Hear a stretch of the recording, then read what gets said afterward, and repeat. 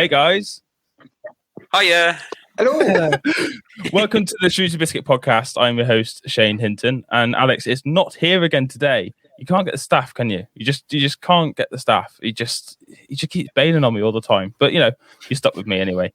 And with me today is Alex and Luke, as always. Hello. You right?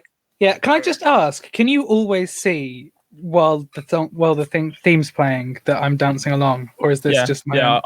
I can see you. Oh no. Okay. I can see everybody.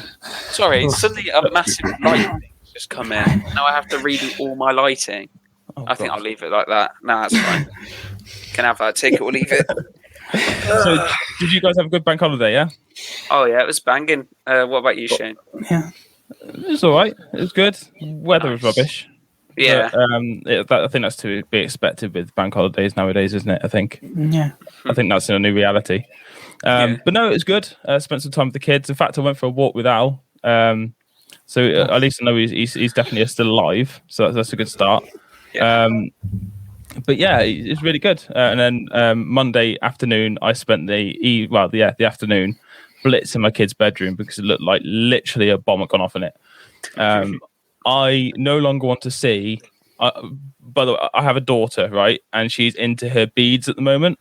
Like little making the beads phase, and also those weird they look like cotton reel things, like they're like little mini tubes that like you kind of make pictures out of, and then you kind of iron them to make them sort of turn into a picture. You know what I mean?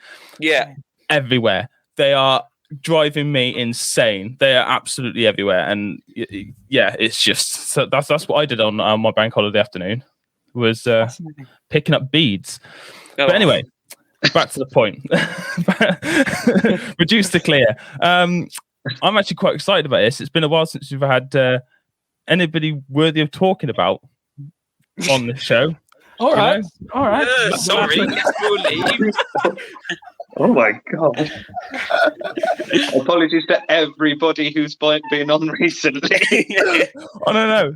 Like Simon Fisher, Becker, and Winter, and they've been brilliant. It's just these two muppets. The last episode was a lot of fun. It was just a bit of a catch-up show. If you haven't heard it yet, go and give it a listen. It is a bit different to what we normally do on the Biscuit. It's a bit more fun, a bit more laid back, but that's how I roll. Alex did say the funniest thing he's ever said, though, so that's reason enough to listen. What was back. it? Well, he actually spoke for a start. I can't remember. It was something about. It was grapes. It was on the topic of grapes, and we'll go back there. Find out. You got to go listen to it, guys. There you go. That's incentive. There you go. So, Luke, do you want to introduce your lovely guest that you brought on? Who's been waiting patiently to actually be acknowledged. Yeah, I was going to say. So, thank you, Shane. Thank you. All right. We're joined today with the star of Reduced to Clear. He's the big star of Reduced to Clear.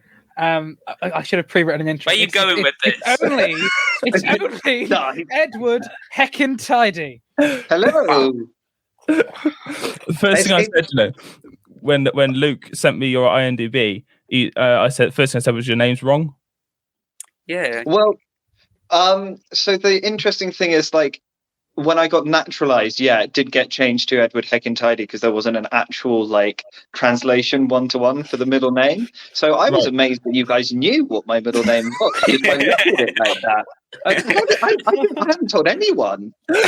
Really good work. I'm impressed you managed to get to the bottom of that. I'm of course being incredibly sarcastic. Neither of my middle names are Hecking. And now I'm going to have an argument with my mum and dad about it. Why I'm yeah.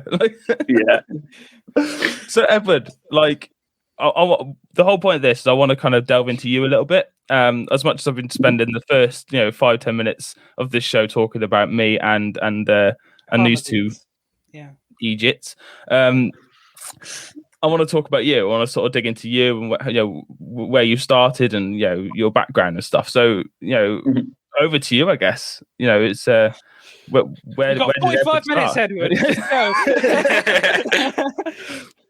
My mum was my dad was a blacksmith. My dad was not a blacksmith. My dad, I think, works in a profession as far away from being a blacksmith as you possibly can. So I was born in Geneva, in Switzerland.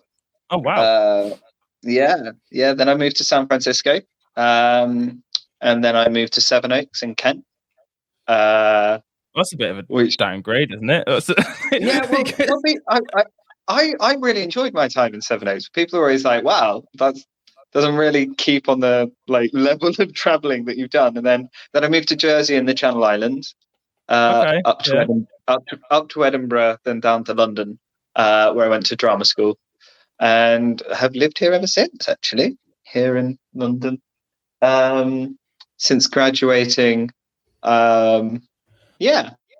Done film, TV, and stage work. And then during the pandemic, I noticed a casting call for a short film that looked interesting, and I auditioned for it. I didn't get it, unfortunately, and then the next day, Reduced to Clear came up. And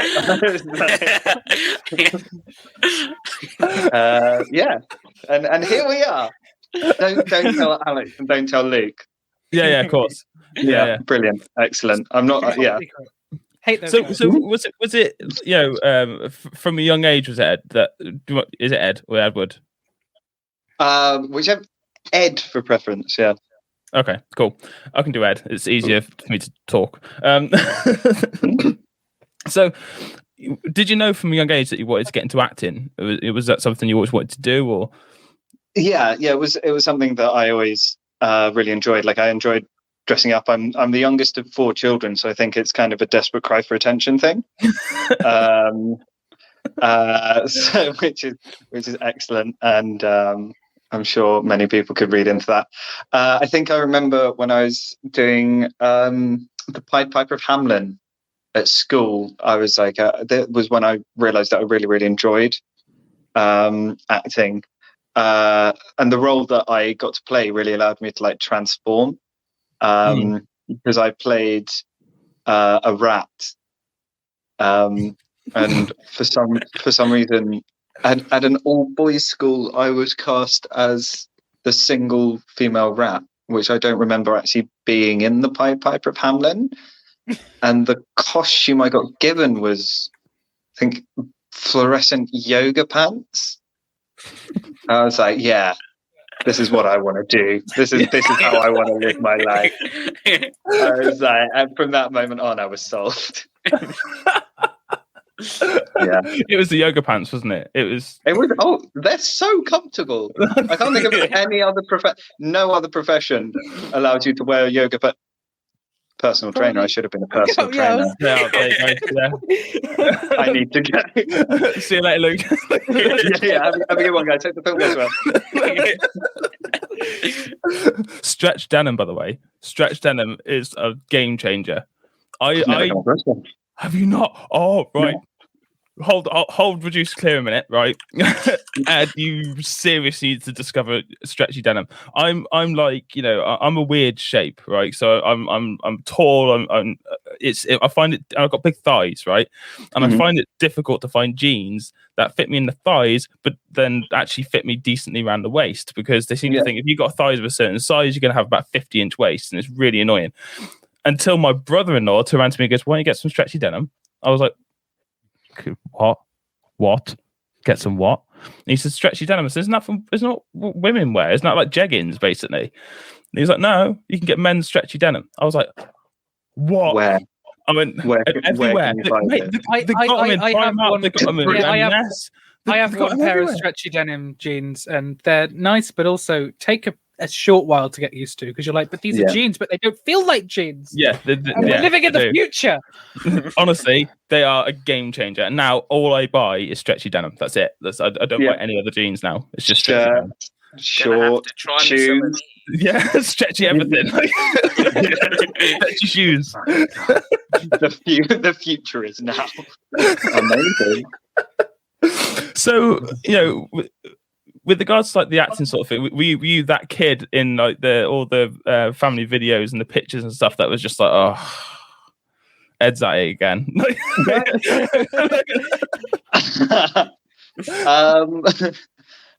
Actually, I wasn't actually. I was quite a quiet child. I think a lot of the actual like performance side of me came out when I was on stage or whatever. Like family videos, not so much. It was always quite probably. That's probably a youngest child thing as well, isn't it? I suppose you kind of, as a youngest child, you kind of get overpowered a little bit, I guess. Yeah, and I mean, I'm sure my siblings will say that I'm talking complete nonsense, and say like, because I always think of myself as quite a quiet person, and then my sister's like, "Can you just be a little bit? Can you just tone it down for a minute?" I'm like, "Oh, okay." Oh, okay. So it might be that I'm completely misremembering everything, and there's this huge pile of home videos, which is just me being an absolute terror. But I think it was sort of 13 or 14 when we were allowed to like start picking the GCSEs that we wanted to do, and then I picked drama, and that was when it really did start to like hit home, because I had a fantastic teacher who encouraged a lot of creativity in all of us. And then we also had like we also had house drama where we all did different plays, and then we had like a school play as well. So we had loads of opportunities to explore that, and I think that kind of built and built and built. And then I did ancient history at university, obviously, because that's the logical choice to make. Yeah. Ancient history. If it wasn't for the ancient history degree, we wouldn't have cast you in Reduced to Clay. I pulled the wool over your eyes because I dropped out after my first year. Alex, yeah, we need to just have a chat. Hang on. And he's gone, and he's out. Good Lord. Yeah. Good. Okay, the verdict is, Edward, you're out. I'm sorry, it just won't work out. Oh, this comes up so much more often than you might think. Actually. The number of times the dig, they were like, "Oh, sorry." So Ed, like, moving forward then from the sort of child Ed, when was it when you really started to sort of break into the kind of the acting kind of scene, if you like? What was your like break? Was it sort of into your late teens or something?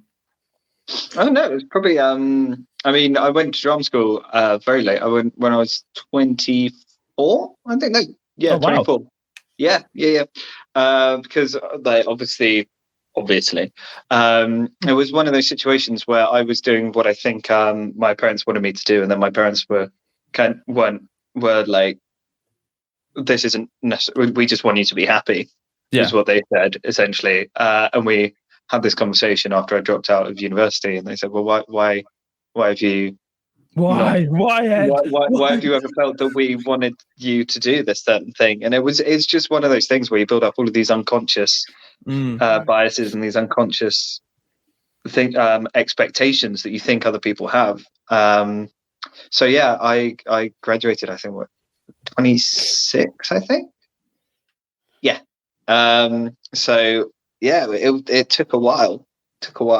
And did you manage to get a gig like straight away, or did that take a bit of time? No. I mean, I still have to work like on and off between jobs, but I think I was working in a call center for a couple of months after I graduated, selling people wine over the phone, which was just as fun as it actually sounds. Yeah. And read into that whatever you will. Now, can you explain? I'm interested. How do you sell wine over the phone? Well, Alex, good question. I'm glad you asked. Are you of a legal age to have wine? Which is generally the first question. And then if they say no, you say thank you for your time. Have a lovely day. And if they say yes, then you're like, can I sell you some wine? And generally they say no, because I'm very bad at sales. Which is really the part that we want to draw in on as mine. That's the life experience, really talking through the answer. Did you ever make any crazy sales as a phone wine salesman? I've never heard that. Sorry, but more than you might think. Actually, that was quite shocking. Right. Alex, write down next script idea. Yeah, hold on. Ancient history wine salesman. I think it'll make millions.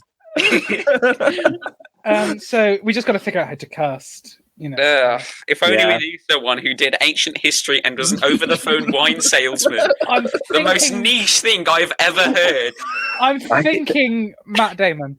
Oh yeah, he is a chameleon. To be fair, he's absolutely fantastic.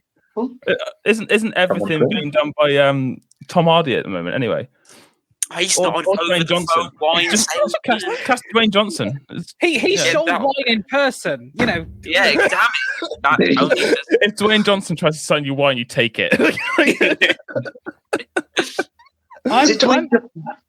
I'm still thinking Bill Nye. I think he's a genius. You think everybody's a genius, Luke?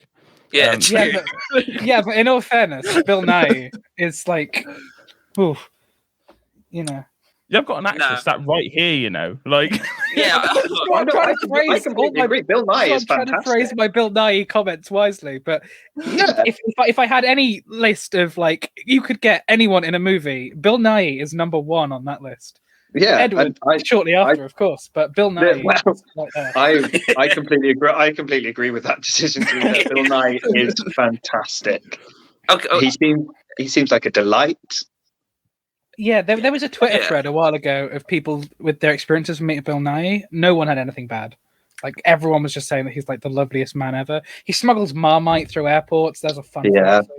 He exclusively wears suits. He's the celebrity that most British people end up meeting at some point in their life. It's incredible. I know people who've worked with Bill Nye, and apparently he's a lovely, lovely man. There's a production designer I know. This is the Bill Nye show now, by the way. It's a production designer I know who worked with Bill Nye on a film, and then 12 years later worked with Bill Nye on another film, and Bill remembered the name of his dog, and it's just you're amazing, Bill Nye. So Bill Nye, if you're listening, email me, luke@lukeallen.co.uk. I don't think I'll email you, sadly, but I will wait. You did all of that for nothing, Luke. He's never gonna. Well, he might do, but not because of this. Unless he does, that'd be crazy. Actually, he's just a big Shrewsbury Biscuit fan. He's never. He listens to every episode. Ed, I had a bit of a giggle at your IMDb. If I'm going on a serious note, because I'm pretty sure that you're actually the Doctor from Doctor Who, because you're able to go into the future. Yes. Is that from the corner of my eye? Yeah. Yes. Yeah. So it's it does happen sometimes where they put the release date for the film, but yes, my other gig when I'm not a phone wine salesman is to actually travel through time, which you might think is more lucrative, but I don't use it to make any money. It's really quite stupid.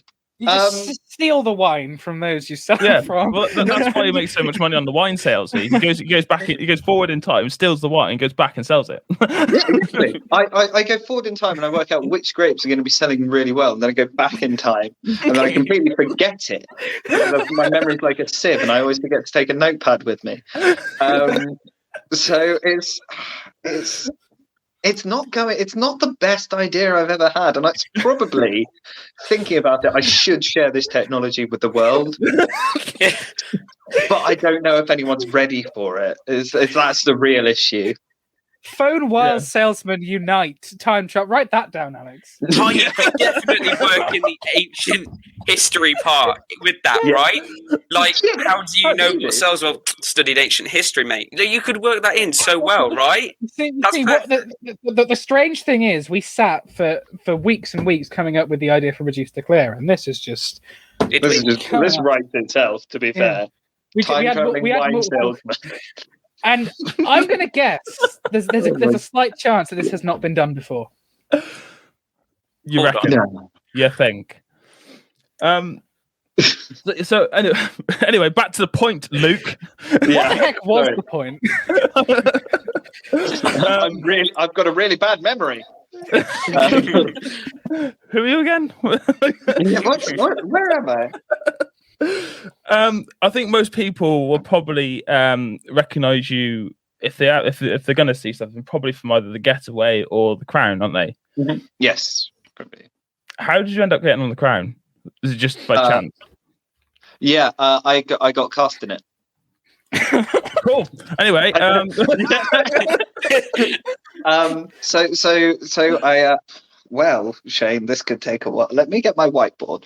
You have these things called auditions, and if you do really, really well, or if you can bribe people heavily enough, as in my case, then occasionally with wine that I'm like, this has travelled back in time. This is from a year that hasn't even happened yet, and they're like, people say that wine ages best through, but actually, just I don't know how it works going forward in time, mate. I don't think that. I don't think that works the same. Oh, we could call the film Wine Travel. Like time travel. Call it Wine Travel. And like the wines get better over time because he time travels. Okay. So he gets the wine, then he time travels to the future, so it's like matured and expensive. And then you sell it like that. That's so good. I'm writing this down. It's actually pretty good. And this then is happening. Yeah. Based on a true story. Yeah. Wine Traveller, the Edward Tidy story, starring Edward Matt Damon. Tidy. It's Edward Hecking Tidy. Thank you. The Edward Hecking Tidy story, starring Matt Damon and Bill Nye as the wine. Bill would pull it off. He'd get a Best Supporting Artist for Oscar for the wine. Dwayne Johnson can play Alex Yousefi.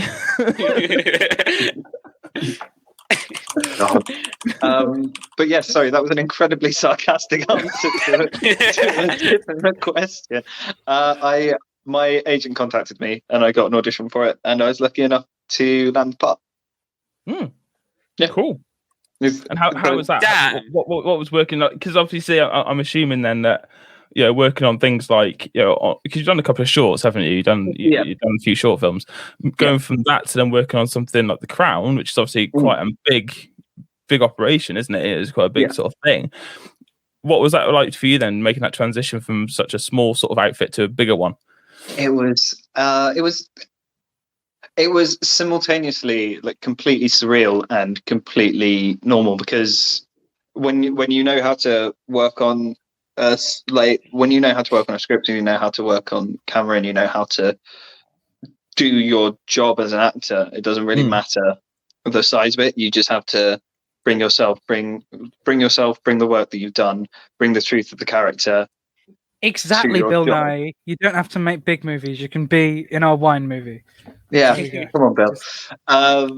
So it was all of the accoutrement that went alongside it was frankly ridiculous. Just the amount of money. Like, I'd never worked on anything like that. Like, I had a trailer, despite the fact that I only had a few lines, and there was someone asking me what I wanted for breakfast and stuff like that. So that was really fun, and I had a good giggle about that when I got into my trailer and was getting changed. I was like, this is ridiculous. I've got a star on my door. Yeah. Exactly. I was like, wait, this is Matt Smith's trailer. Oh no. Sorry. But yeah, it was amazing. I'd love to do it again, really. Yeah. Did you learn, was there anything from that working in a bigger outfit that you actually sort of learned that you'd bring forward? Oh, in terms of, do you mean just in general, really? Just sort of with regards to your career as an actor? Don't be afraid to talk to people on the set. I can imagine it can be quite intimidating, can't it? I guess. Yeah. Yeah. Just know that everyone there is. It's something that you hear quite often. Actually, is everyone there is wanting to make the best thing possible, and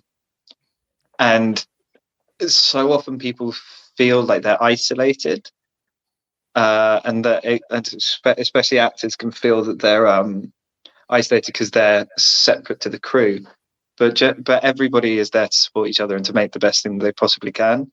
So as long as you're committed and you're working and you're doing the best, like doing to your mind the best thing that you can, then don't be afraid to ask people for help, because people want to help.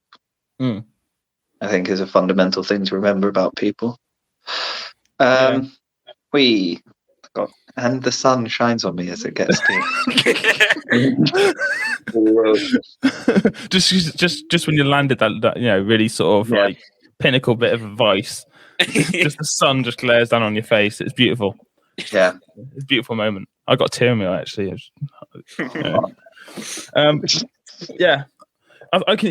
can kind of get that. I mean, I can kind of I've heard a few times that you get a lot of the time where the extras are separate to the actors, and then even some of the actors are separated, and it's all very sort of organized in that way. And I don't fully understand why, but I assume there must be a reason for that. But yeah. I mean, I suppose that side of it I can understand. In terms of like. No, as in I can understand what you said. I don't know why it's done like that, because I don't have enough experience working on larger sets to talk about that. But even then I think, well, depending on which set you're on as well, depending on the director that you're working with, depending on the people around you, I suppose. Generally, the people that I've worked with on short films, people that I worked with on The Crown, everyone was really, really supportive of each other. And if anyone had an issue or anyone wasn't sure what was going on, they just asked, and everyone was made to feel really welcome. Like, even talking to Stephen Daldry, the director, he's an amazing director and an amazing person as well. Actually, really, really lovely. Kind of makes everything a bit easier, doesn't it? When the people that are in charge are actually decent. Oh, I'm a little stutter here. He's got a really good pose, hasn't he? Alex, take over in your best Edward voice. No. Just then and there. Sorry, going to put a pin in that. Oh, I think he's back from the dead. Or he's going again. I think he's back. What were we talking? This is just the issue with doing sort of podcasts like this. This is the issue, isn't it? You just get network problems, and that's okay. Yeah. It happens. It's quite weird, because your main studio, I walk past that building most days of the week, and it's so weird to be like, hey, I've never been there, but I'm on the show all the time. We're not there anymore. Are you not? No, we moved out. When did you move out? During lockdown. Somebody rented the unit, so we moved out. So we're now studioless at the moment. Sorry, what were you saying, Ever? Before? Sorry. Yeah, I think my Wi-Fi had a problem with me gushing about people. Basically, I was just saying, like, everyone that I've worked with has always been incredibly kind and generous, and that's from the runners to the directors to the extras to the actors to whoever. Like, on The Crown, Stephen Daldry, who was the director, made sure to check in with everyone. Checked in with the extras, checked in with the AD, checked it. Like, obviously, he had his thing to do, but after he called cut, he would just go in. He would like nod, shake hands, would just be like, "Yeah, how are you doing?" to the extras, and then he would talk to the actors, let them know what was going on. But yeah, just being really generous and just having that kind of welcoming attitude, I think, massively helped on the production. Yeah, I can kind of see that. It's a bit like when you start a new job, isn't it? Well, literally is, It's when you start a new job and you go there, and as long as all the management and the people that are in charge are actually really friendly, and your colleagues are really friendly, it makes that integration really, really easy, doesn't it? Whereas if you go into a job and you get isolated and you get cold, receptions and stuff like that, yeah, it makes it a lot more difficult, doesn't it? You don't feel that warm welcome. So it's really good that director's made everybody feel like that. And I can imagine with a set that big, he's really busy. Yeah, he's really busy, and he's still got time to make a point of doing that. That's really good. Yeah, that was the nice thing. Like everyone kind of knew that and knew how nice it was. And that concludes that segment of the show. It keeps dropping in and out. So, are you on 4G or Wi-Fi? I'm on Wi-Fi, which is really gonna have to have a communication with. We do sometimes find that 4G can be a bit better. Sometimes. Does that come out of the Biscuit budget? You pay us 4G now. What budget? We haven't got any. We are looking for sponsors. Yeah. But yeah, so he's smiling. I'll pass over to you two. So, what was it then about Edward that made you sort of cast him? What about him made you sort of how did he catch your eye? I feel like in complete honesty, have no idea. His mannerisms, he was perfect. Well, yeah, I mean, he was perfect, but there wasn't a kind of key. Oh, he's doing that. There was we watched loads of self tapes. There was just that's not quite right. That's not quite right. And then Edward, it was like, that's better than right. That's perfect. And it's just we don't know what that was. Hello. So we don't know. I don't know specifically what that was. Hello. Hi, sorry. I think there's two networks in this house, and my phone is trying to connect. It sometimes jumps onto the wrong one. Sorry. Technology is a wonderful thing. Luke was just saying how amazing you are. So as you were, Luke. Yeah, I was just saying that we were going through the self tapes. And it was just there was something about it. It was just literally we both. I sent it over to Alex because I think it came through to my email because Backstage is like that. And I sent it to Alex straight away, and I was like, I think this is our guy. And then thankfully Alex agreed and was like, yeah, this guy's our guy. But we were like, well, we can't just tell him straight away he's got the parts. We were like, we'll ask him to have a callback Zoom meeting. And then we did a Zoom read through did a couple of audition scenes with him whilst we both knew full well we were ending it by saying you've got the part, and then he got the part, and that was it. I also got very excited when I found out that he was a Doctor Who fan, which was also just an extra step because that's always nice, especially with Simon involved. It's like, oh yeah, it's going to be fun. What about you, Alex? Yeah, that was kind of mind blowing. What did I see in Edward? Yeah, like I saw a spark in his eyes, Shane, and I liked his mannerisms. I liked his look. He had the voice. He had it all. You know, when Luke said I said he was like we both said he was better than perfect. Like he genuinely, it's the same.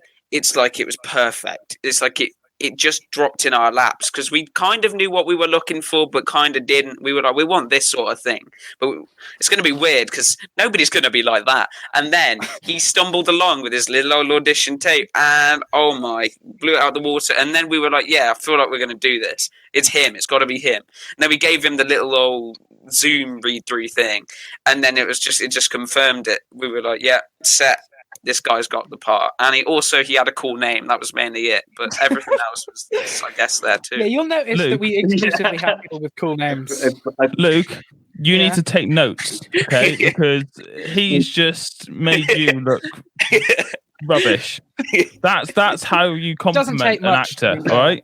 Like that's what you need to do, okay? This is why Bill Nye won't be in my movies. You don't really need to compliment actors. It's not like we live for. You don't have to, but when it's you, Edward, our lead, and you just deserved it, really. You deserve the compliments. You deserve more. But, it was Yeah. I was about to cry. Yeah, it was just, as Alex said, cool names are also very helpful. We only have people with cool names on board, as you'll notice. Yeah. Winter Phonander. We got a sound guy called Billy Bannister. Like, we've got cool people. We do. You just need a Shane Hinton, don't you? Have you told Edward about that? By the way, about the little old where's Wally, where's the Shane? Easter egg. Oh yeah. It's going to be an Easter egg and reduced to clear. It's going to be like Spot the Shane in the film. And I'm going to be propped up somewhere. Nice. In the film, in the background somewhere. Just stood there, just looking weird. We haven't thought any more about this. Yeah. But yeah. I have. I've got loads of ideas. I've been writing this. Solid. just slowly appears behind me in one scene. I'm like, over the course of the film, Edward's face is slowly being CG superimposed into Shane by the end. Yeah. Do you notice? The points. That's some like M. Night Shyamalan sort of stuff. That is, isn't it? Yeah. We'll think of some. Yeah. Do you actually have ideas, Shane? Or were you making that up? I've always got ideas. I was born with ideas. You're an idea man. Young Alex, I've got aspirations. He was born with ideas, but exclusively ideas of Reduced to Clear and where he was going to be. Oh yeah, for sure. He was just as soon as he was born, he was like back of the shop. I was thinking, world domination, populating the world, and being in the backdrop of Reduced to Clear. All right. At least you got your priorities. Well, those are my 3 life goals. Oh no! Ed has turned into the spinny man again. Shane, now's your chance. Turn into Edward briefly, and we'll ask you a couple of questions. I can't be that good. He speaks like proper English for a start. Oh no! I can barely. Is that you? Oh no! He's turned into tarmac. Yeah. Oh, there he is. Panic over. So, Edward, what was it? What was it about Reduced to Clear then? That apart from it being your fallback job because the other one fell through, what was it about Reduced? I think he's frozen again. Yeah, I was going to say, I'm talking to a statue, aren't I? To the audio. Good luck. I'm sorry, Alex. Oh, he's gone. It's what he would have wanted. He might come back in a minute. Yeah. Well, we can carry this on for a moment or two without him. So would you like me to tell you what Edward saw in our project? He saw hope. He saw a chance to be a star. He saw the greatest script he's ever read in his life, and he thought, I want to be in that flipping movie. That's his words in his head. He went, I want to be in that flipping movie. And I am Edward Hecking Tidy, and I can be in any flipping movie I like. And then he was like, sorry, Has he been drinking? Reduced to Clear. Yeah. Is he okay? You're a maniac. All right. Absolute lunatic. Calm down, son. Yeah, no, I think he was... I want to know what he thought. I want to know what his expectations were, but we can't get inside the brain of Edward, can we? Because there must have been something. That's the plot of our next movie. We can't give that away. The brain of Edward. No, we can't. We're doing Being John Malkovich, but Edward Tidy. We've got so many movie ideas and stuff now. At this point, and most of them started as jokes like this, and then just became okay. I wonder how many films that have ever been made that literally started off as a joke. Oh no, there's got to be loads, like tons. It has to be. There's one of my favorite YouTube channels used to do a load of. I used to watch this Doctor Who YouTube channel called 5 Who Fans. They ended a couple of years ago, and I remember they blatantly said that most of their videos started as jokes, where it was like, "I'm going to do a video where I break into Paul McGann's house," and then they just make a video where it looks like they're breaking into the house of Paul McGann, and it's just like, yeah, that's kind of where I want to be at. But we've got ideas. Like, our next big one definitely started as a joke, and then that became this is the film we're doing next. But we can't talk about that yet. But you know which one I'm talking about. No, I mean, kind of. Like, there's a few in my head, but we have talked about. It's the main one that we're talking about. Oh, definitely. The one about the thing, Alex. About the thing. There's numbers in the title, yes? There are numbers in the title. Okay, there's numbers in the title. I may have given away the whole film, but that's it. No. But no, I feel like... Yes, we're making Toy Story 2 again. Oh, I feel like Toy people... Story 2.5. I mean, yeah. What are your opinions, Shane, on the Toy Story franchise? Give us a rank. 1 to 4. 1 to 4? Yeah, go up. Rank them in order. Like, best is... Oh. Just in order. Just in order. You think that it gradually gets worse as you see the deterioration of the franchise? No, I think they're all solid films. I like the Toy Story series. I think it's Toy Story 2, Toy Story 1, Toy Story 3, Toy Story 4. I like Toy Story 3 the most. And then 1, and then 2, and then 4. 2 cannot rank that low. It's not right. When did I put 2? Third? I'm not a big fan. Stinky Pete's just not my jam. And Luke's gone. All right. Good. It's just me and you, Shane. I'd like to talk about the Paddington movies, please. Why? Because they're amazing. They're like my favourite film franchise. Like Paddington. Paddington 2 is a classic. You mean like Paddington Bear? Yeah, Paddington. Have you not seen Paddington 2? The new one? Yeah. No. It is currently, genuinely, right, the highest rated film on all of Rotten Tomatoes. It just beats Citizen Kane. I hate. No word of a lie. Paddington 2 is one of my favourite films, and now I find out that it's considered the best film on Rotten Tomatoes. I love it so much, and you have to watch Paddington 2. It sounds like it's like a sequel to a kids movie, but both of them are great. But Paddington 2 especially, it's just one of the best movies I've ever seen. If I'm honest, Luke, I'm more of a Ted kind of guy. Oh. Ted is fine, but it's not Paddington. I was watching the BBC's cinema Secrets of Cinema series that Mark Kermode, the film critic, does, and he did one about like the history of comedy, and he did like all these great British comedies, and among like all these top classics was just Paddington 2, and I was like, yes, Paddington 2 is one of the best movies ever, and it's just I love it so much, and Hugh Grant's in it playing an evil stuck-up actor, and it's just like. Do you want to know what one of my most favourite films is? Hit me. And I've watched a lot of films over the years. One of my favourite films is World's Fastest Indian. Oh, no, it's a shame. I've never heard of it or seen it or anything. We need to watch it. It's actually really good. Anthony World's Hopkins. Fastest Indian. Mm-hmm. Would it? I feel like this could be crazy assumption, but is it about the world's fastest Indian? And is he a racer? Yeah. Well, a runner, right? No. Olympic racer or driver? Rider. Indian is a make of motorbike. Oh, sugar. Yeah, I should have got that. All right. Here we go. Reduced to clear talk. Edward Tide back on track. Back on Hello. track. Edward, what do you think of Paddington 2? Oh, yeah. This conversation took a massive detour since you left. It's your fault. What do you think of Paddington 2, Edward?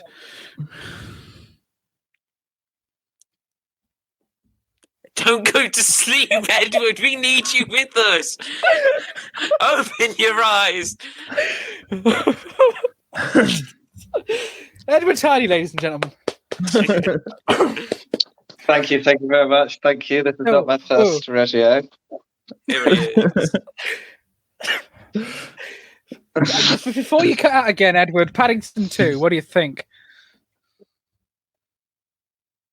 One of the greatest films I've ever seen. Only cut that surpassed by out, Paddington right, 1. You can cut all this out.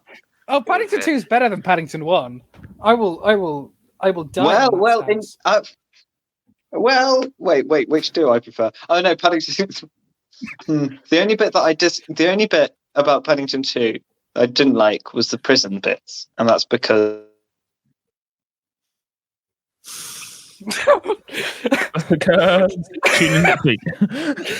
And Shane, if you haven't seen Paddington 2, yes, Paddington Bear ends up in prison. And isn't that most of the movie? I was going to say Edward said he doesn't like them. Oh no! Woo! Oh no! He's talking without moving his mouth. Edward.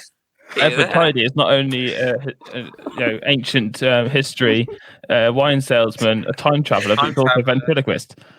I feel. How can we round this back to reduce to clear?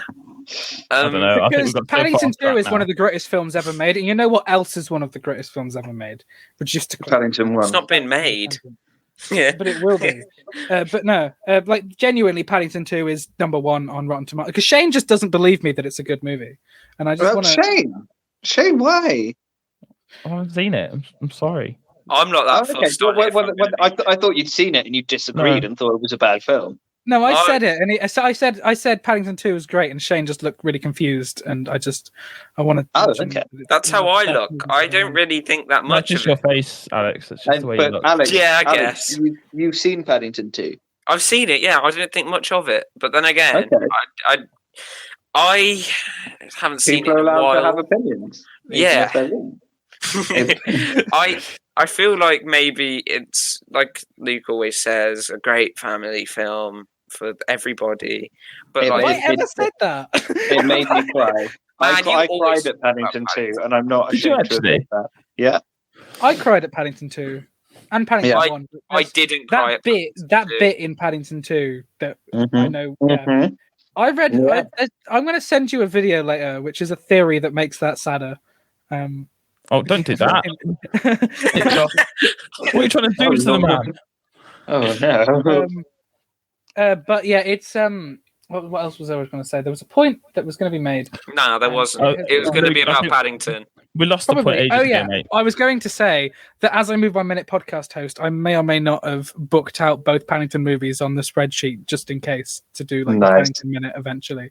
I'd have to find someone to co-host it with me, but I will do Paddington minute by minute, and it will be flipping brilliant.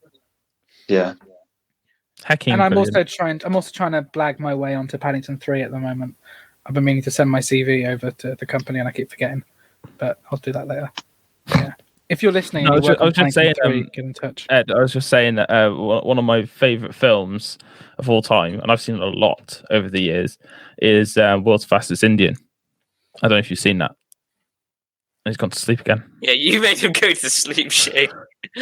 He's only awake on Paddington 2. I feel like that could have been what sent him to sleep, actually. He needed a little rest afterwards. Yeah, I would think so as well. Yeah. But, so yeah. So you guys are recording soon, aren't you? What? Recording soon? What, in terms of filming? Or? Yeah. Well, we got like 3 months.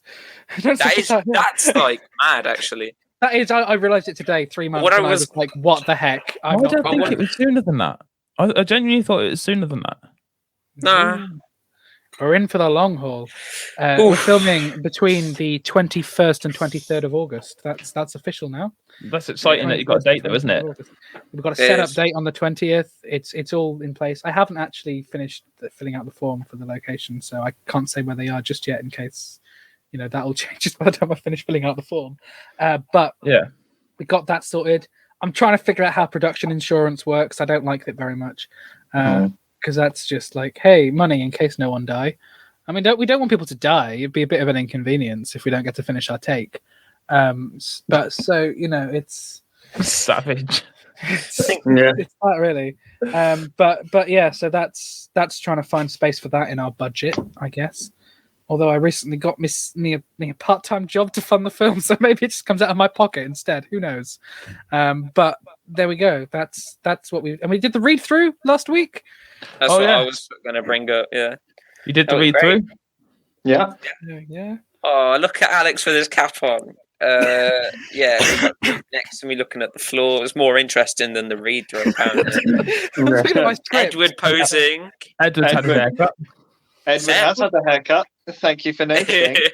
Nobody else has noticed. Sorry. Hold on. If you put that, we can go in order and say who was there. Okay, people, go on. Just for the listeners, so they don't know. Alex, next to me, yes.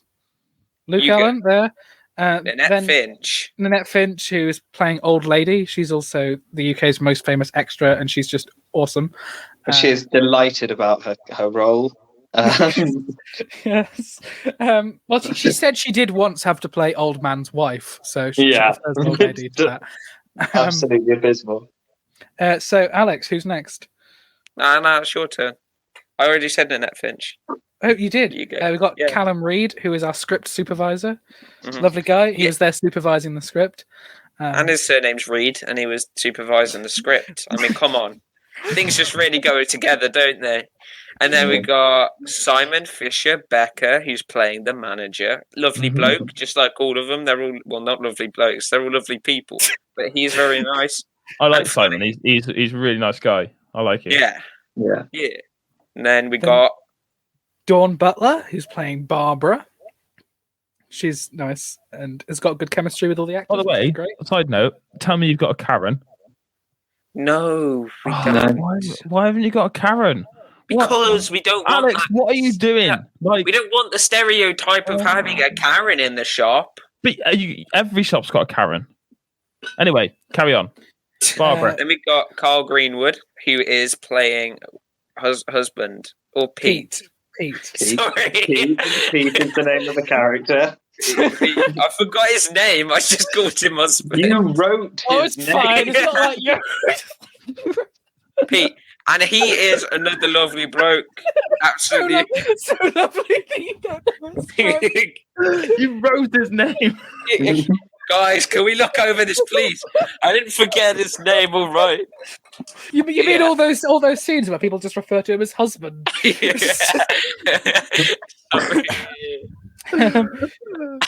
In Alex's defense, in the early drafts of the script, we didn't name many of our characters. So,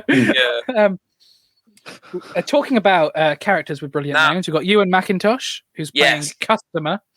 And he's also our exec producer and another wonderful guy. He is. I don't know that next guy. And then we got Sarah Malanga, who's playing the. I'm just going to say wife to annoy. But her name's Lily. She's great. She's very nice, and she's fun to do the read through with. I mean, I can't really think of much to say if I'm going to be totally honest, guys. But yeah, they're all lovely. It's your decision to say something about each person. I was just naming their names, and then we've got Winter Phonander, who I think we all went canoeing for coffee with a couple of weeks ago. I remember that canoeing. Yes, that was canoeing for coffee. I can't remember where that tangent came up. And Winter doesn't actually need a script because Winter makes his own script. He makes his own damn script. Yeah, I don't know whether have you heard the Winter Phonander episode yet of the Reduced to Clear Biscuits? No, I haven't. You did mention this where he was just like, "I'm going to improvise everything," and you were like, "Yeah, good." If you want to go back and listen to it, it is funny. It is. It was. Well, you made us all do improv comedy. I wasn't prepared for that. I didn't make you do it. It was Al that did that. Well, Shane, you have the powers to make Edward do improv right now. I did kind of fuel it, really, didn't I? Well, I'm going to motivate you to make Edward do improv comedy now. Okay. Cool. Improv comedy. Yeah. Okay, we can do that. I need to think of a scenario. I just think you should do this with everyone. I got one. Go on, so you're getting ready to get in a spaceship and you've dropped your helmet, but the guy on the intercom's like, you need to get on. We've got T-minus 10 seconds to get on. Obviously, you'll have longer than 10 seconds because he can't get on and start it without you. And there's a chimpanzee as well going with you. So you've got to incorporate the chimpanzee. And his name's Bobo. So from there, we've got... What are you talking about? You dropped your helmet. Edward, go! I'm confused. I'm going to pretend that my internet connection's got really bad. Alex, why is that in your head fully formed?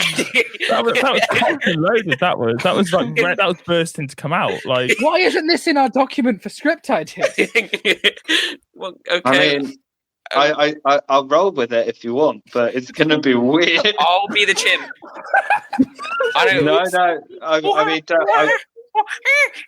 Come on, start it. Let's get the ball rolling. Bobo. Shane, be the dude on the intercom. Luke, you be the rocket ship. Okay, right. Okay. Stuart, he's doing it again. Bobo's doing it again. Tony, you need to put your helmet on. I can't put my helmet on. Bobo. Bobo's done it again. He's marked his territory in my helmet. Edward, this is Houston.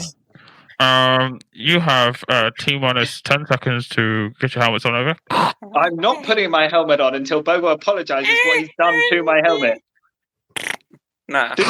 I don't know why you're not talking, Bobo. You are a sentient animal, and you know English, and I know you know English. Use your words, Bobo. This is not how we communicate. This is not what NASA paid.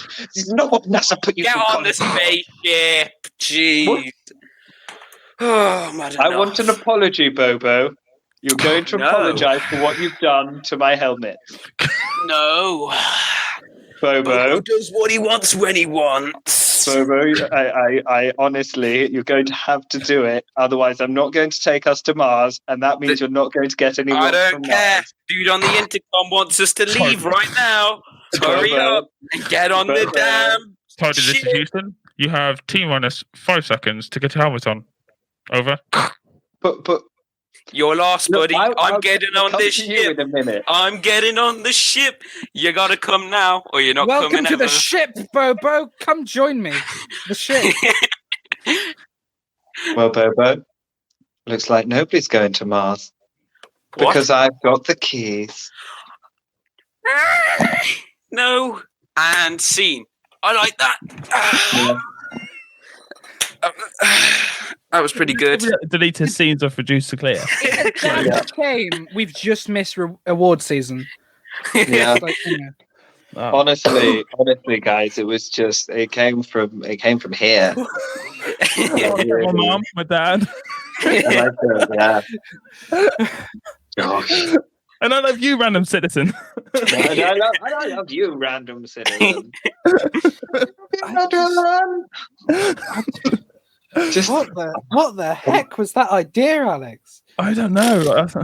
My brain does some marvelous things. Ed, I'm really excited to see you in action. I'm going to be. That sounds really weird. Hey, you still haven't managed. He kept cutting out whenever you asked him why he likes our film. So I think we should. Yeah. Oh yeah. Go on then. Yeah. So what was it about Reduced to Clear, apart from the fact with it being your fallback job, of course? Yeah. What was it that sort of caught your eye? Oh, I really love the script. There is a specific gag in it, which is not the first character you're introduced to, but the second that actually made me laugh like out loud, which I very rarely get because I have such a obtuse sense of humor. So I need to chat with you about this afterwards, because if it's the gag that I'm thinking about, then I've just won 1 point. So okay. Very good.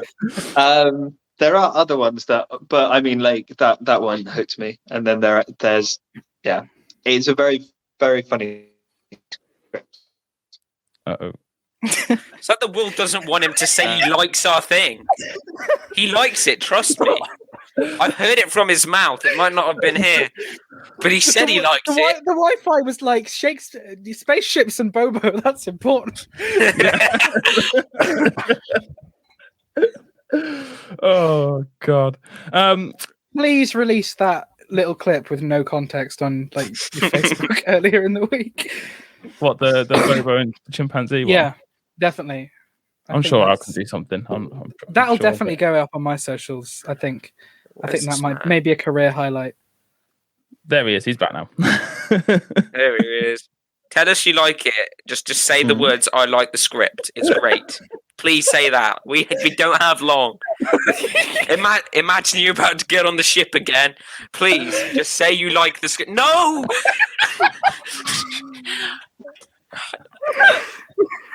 What is it? It's Tuesday, Edward. It's only Tuesday. What difference does that make? That it's so early in the week. So, he's back. Just about. Yeah, I think. We'll see how long for.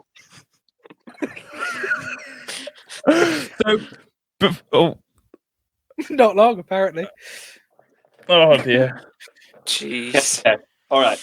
Yeah. I think Edward would like to say that you can find me on Twitter at llama_Pulse0, on Instagram at the Ginger Luke, on Facebook at Luke Allen Film, and all podcasts, radio appearances, TV, short films, anything I'm remotely involved in.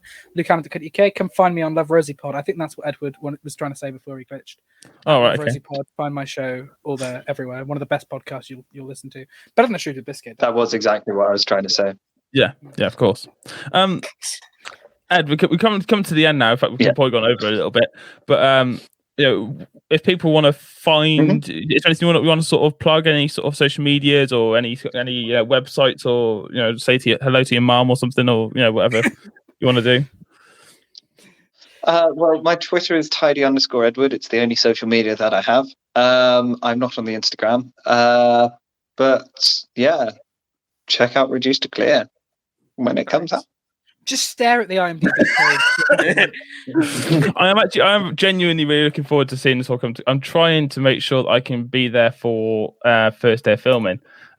Stood in the background with our microphones, just looking really awkward, staring at you and being like, so no pressure there. And then, Alex, do you want to come off his stressful day? I've got myself all nice and comfortable. Alex, right. do you want to everybody settle in, because this is a handful. Right, so you got to grab it and you got to put it in your hands. It's riced, like the food, but with a D at the end, and then you got to have the dot. Have to repeat it when Edward comes back, because otherwise he's not going to know.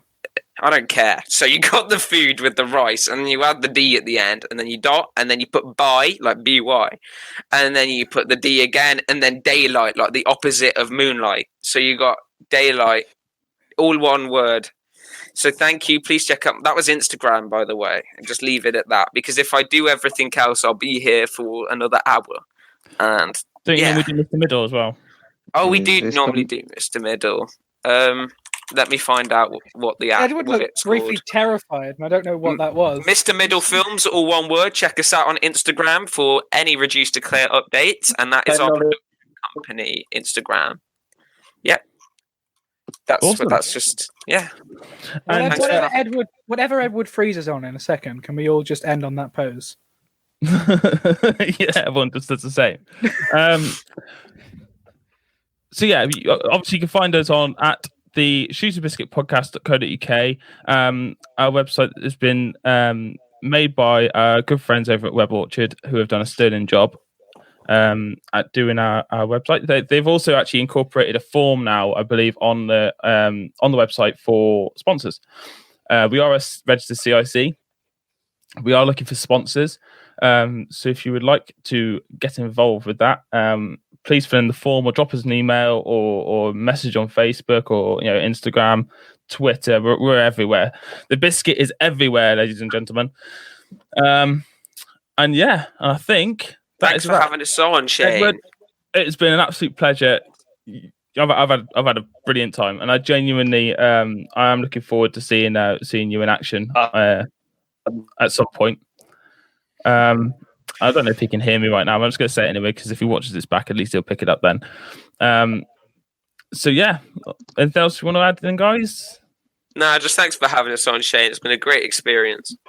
It's all right. Thank you, Alex. Thank you for that. No one's ever thanked me for that before. Oh, Edward said thank you. Oh, did he? Okay. Yeah, he said it in chat. Oh yeah, cool.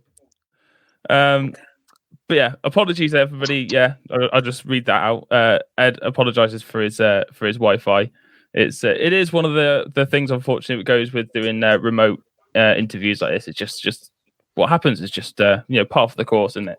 If assuming Al is editing this, could Al add a bit of insert audio now of exactly how he feels after having to edit this? I don't know. Just ask him. Yeah.